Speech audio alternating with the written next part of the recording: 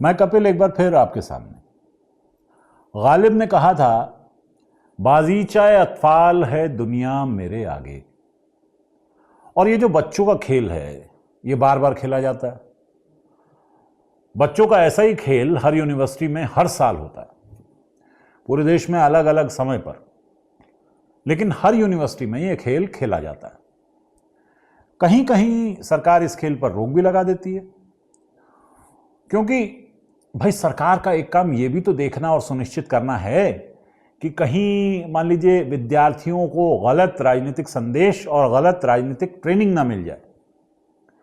जैसे जामिया मिल्लिया इस्लामिया में कई सालों से चुनाव ना हुए, स्टूडेंट बॉडी के चुनाव ही नहीं हुए, क्योंकि जामिया मिल्लिया इस्लामिया में सरकार को पूरा यकीन है कि वो राजनीतिक संदेश या ट्रेनिंग नहीं मिल सकती जो सरकार चाहती है कि विद्यार्थियों को, जिसे जामिया में तालिब इल्म कहा जाता है, उन्हें मिले। खैर साहब, दिल्ली में एक यूनिवर्सिटी है, क्या ही कहें, बहुत ही खराब यूनिवर्सिटी है साहब, JNU नाम है। पूरा नाम है शायद जवाहरलाल नेहरू यूनिवर्सिटी। बढ़िया मजाक है। उधर महामानव हर रोज कोई ना कोई मुद्दा उठाकर जवाहरलाल नेहरू को मार ठोंसे दे रहे हैं, और इधर जवाहरलाल नेहरू यूनिवर्सिटी उनके सपनों में आकर उन्हें डरा जाती है। तो मामला यह हुआ कि इसी मुर्दई यूनिवर्सिटी में एक बार फिर से लाल सलाम वालों ने चारों सीटों पर कब्जा कर लिया।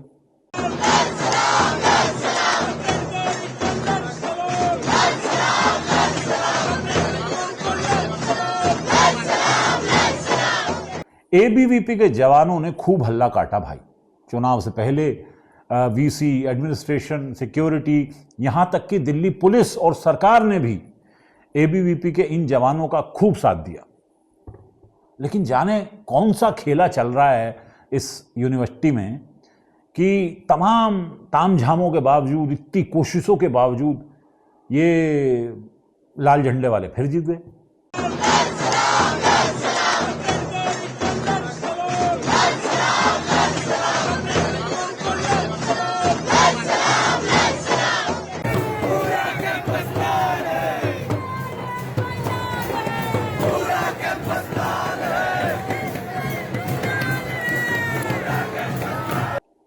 वैसे कोई खास बात नहीं है, ये लोग थोड़ा मोड़ा इधर उधर जीत भी लें, लेकिन सच बताऊं असली पावर तो हमारी पास रहेगी। अच्छा, कुछ ही साल पहले की बात है, JNU में बाहर से कुछ लोग यूनिवर्सिटी में घुसे, खूब तोड़फोड़ की साहब, मारपीट की, डंडे चलाए, गाली गुफ्तार की। गाली गुफ्तार तो मान लीजिए छोटा मोटा मामला था, और फिर ये सब करने के बाद निकल ली। गलती ये हुई कि किसी के चेहरे का नकाब उतर गया और वो पहचान लिए गए। उस समय होलीगनिज्म था, मुझे इतना डर लगा कि मैं वापस चला गया। One picture stood out.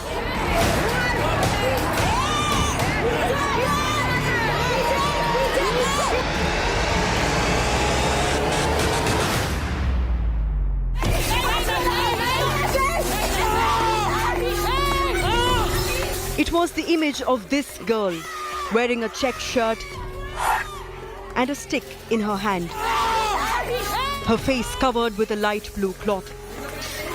She was seen standing with a section of the mob in a corridor. As videos of campus violence went viral, लेकिन तब भी हमारी पावर में जो कुछ था वो सब करके हमने उन हमलावरों को बचा लिया। अब आज देखिए, इतने दिन बाद कोई उस घटना का नाम तक नहीं लेता, किसी को नहीं पता।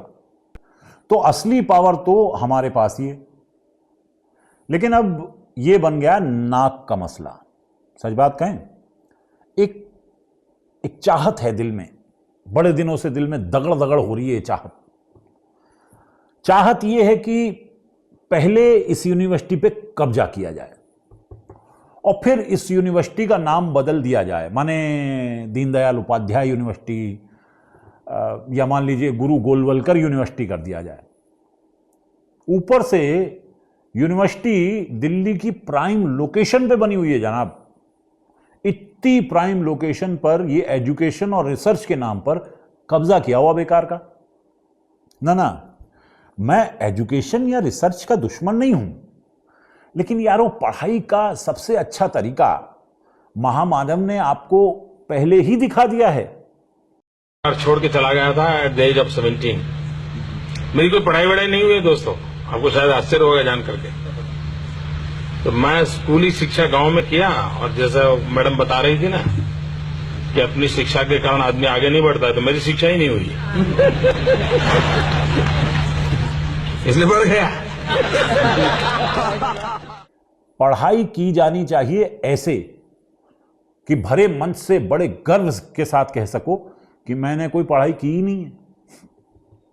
या डिग्री के लिए कॉलेज जाने की जरूरत ही क्या है, जब आपको एंटायर सब्जेक्ट की डिग्री घर बैठे मिल जाए, ऐसे ही मिल जा सकती हो।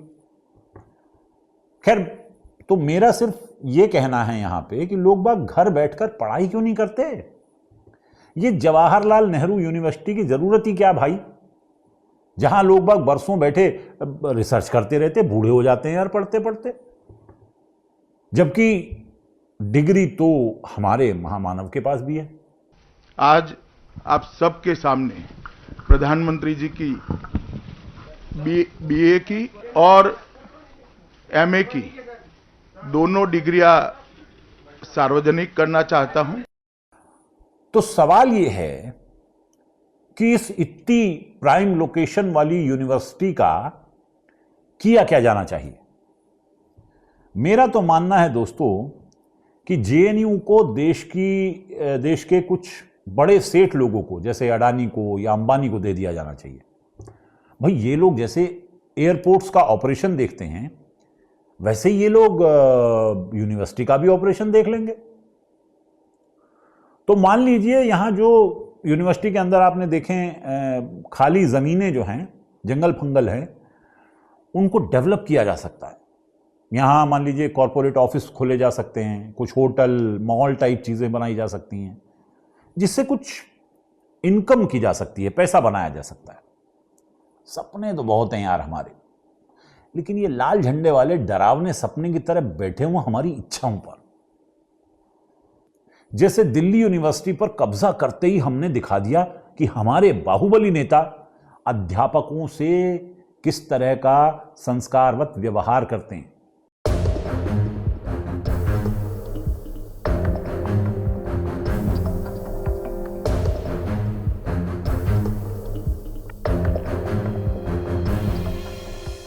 हम चाहते हैं कि एक किस्म का डर का माहौल रहे यूनिवर्सिटी में देश भर की।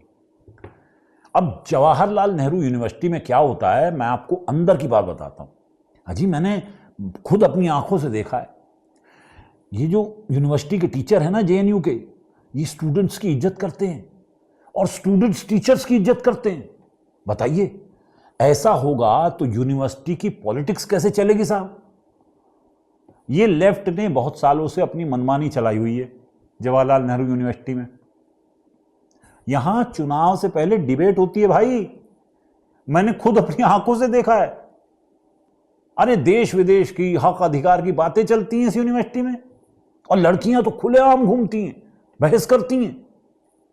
ये देश की संस्कृति को बट्टा लगा रखा है यार इस यूनिवर्सिटी ने। अरे यार यूनिवर्सिटी है, कोई ढिशुम ढाएं वाली फिल्म दिखाओ, अश्लील गाने चलाओ, दारू पार्टी करो, लड़कियों को छेड़ो, लेकिन नहीं। इस यूनिवर्सिटी का मिजाज तो भाई साहब अब एक ही चीज से ठीक हो सकता है, अब यहां संघ की शाखा लगानी ही पड़ेगी, जहां सुबह सुबह विद्यार्थियों को डंडा चलाना सिखाया जाएगा। अरे किसी के सर फोड़ने का काम तो आएगा।